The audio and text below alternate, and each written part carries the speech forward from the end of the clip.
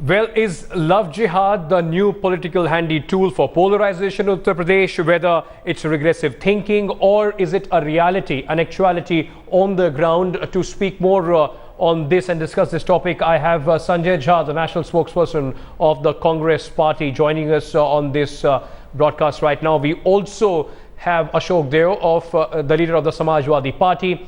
We are also being joined by Sudhendra Badoria of the BSP as of now. My first question is to Mr. Jha. The BJP, of course, today they have tweaked their two-day agenda in Mathura. Now they're saying it's not officially the part of discussion, but their leaders very vocal about this whole love jihad concept. Do you see it as a tool for polarization, or as the Congress party, does the Congress party also believe this is a reality in Uttar Pradesh? You know, some time ago, the kind of cultural policing or attacking women for various reasons, including for intercaste and interreligious marriages, was happening by fringe elements.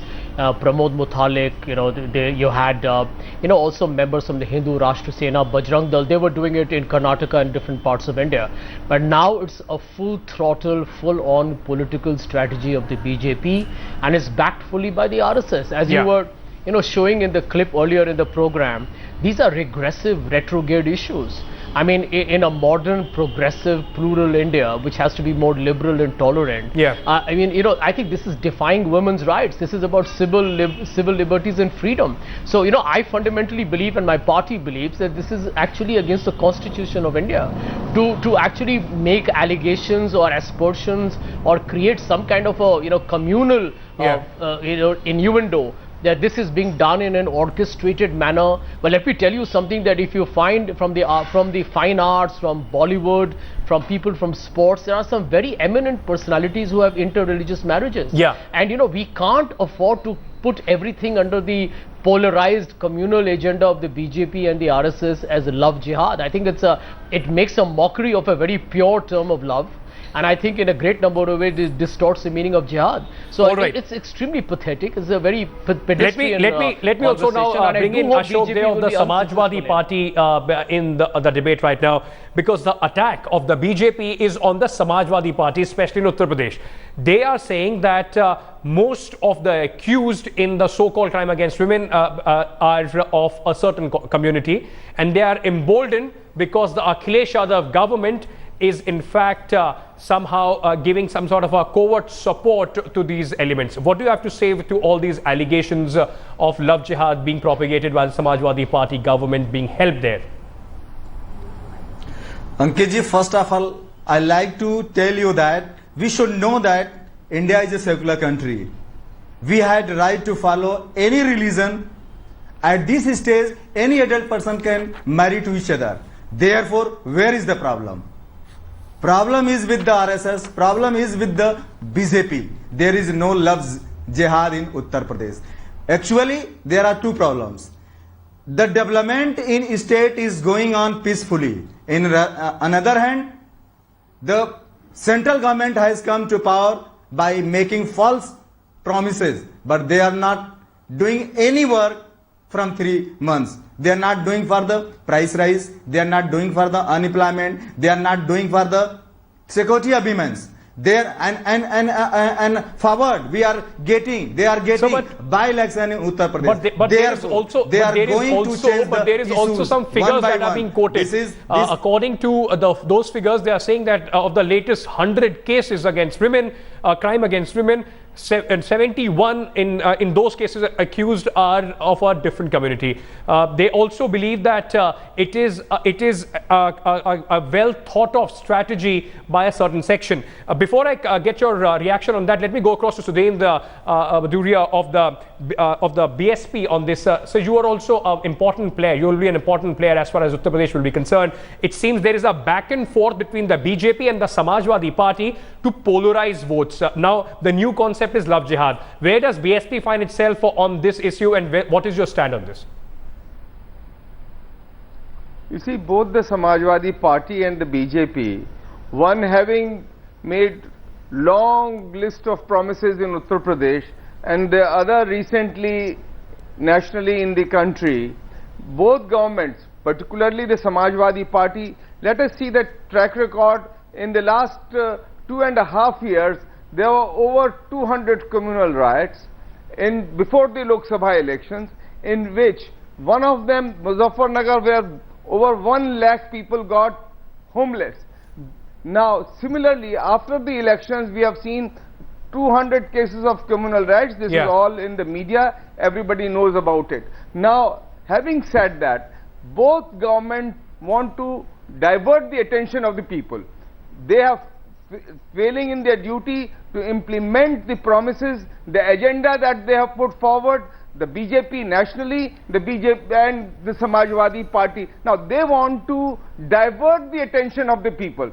But let me tell you, whether in Uttar Pradesh or in the country, people in Uttar Pradesh have already understood the complete, total, disastrous failure of the Samajwadi Party. It's an attention diverting tactic by the BJP. Let me get a response from the Bharatiya Janata Party spokesperson on this. Shaina NC is now joining us on the phone line. Bhadauria ji, it is very all the participants in this debate on Love Jihad are simply saying it's the BJP that is trying to be regressive in its approach.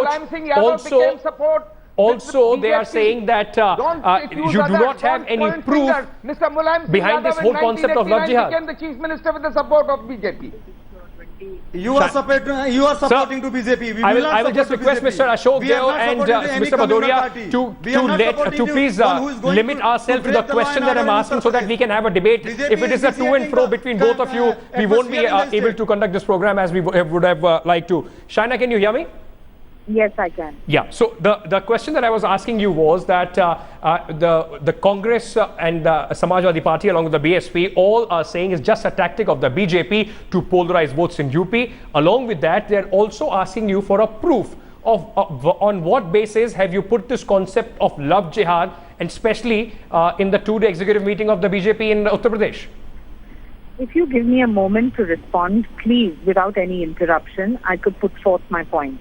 First and foremost, we have got a mandate which is regardless of any caste, community, background.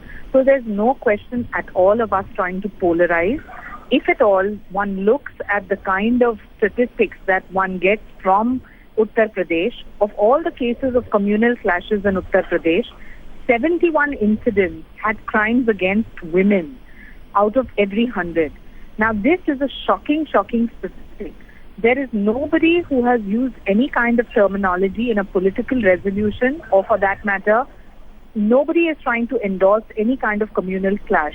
However, as research suggests, if there is a question of a particular community which is being attempted as the victim, it is something for the state government. Shaina, but this terminology, Love Jihad, it was a part of the document that on the first day of this executive meeting was given to the participant. It was very well in the documents that was given to your participants in that meeting. Let me quickly go across to Sanjay Jha, who wanted to make a point. Sanjay, BJP clearly saying that, of course, defending saying that there are statistics to back their claim. Do you believe it's the RSS ideology that is coming through? The Sangh Chalak very recently saying that it's a Hindu nation, and that's what is happening? Absolutely, and I'll give you an example. You raised a very pertinent point.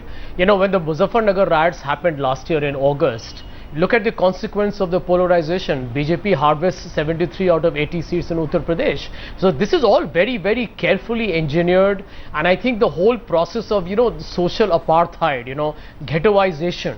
They want to create this image of the fact that there are certain members from a community who have an orchestrated, a very dangerous, diabolical plan to, try and disturb the other community through inter-religious marriages. I think it's a very devious and, in my opinion, a very warped mindset.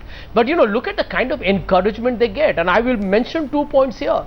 The current Prime Minister, when campaigning, talked about a pink revolution.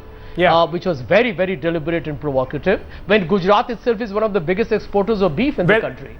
And then, you know, talk of hum paanch, hamare pachi. So, you know, there is a culture in the RSS BJP. I don't think they have a straight allegation by the Congress spokesperson on you. It seems that after the backing of the RSS, the BJP is full throttle on the communalization, polarization issue. The Congress has not been able to digest that the BJP has won 73 out of 80 seats.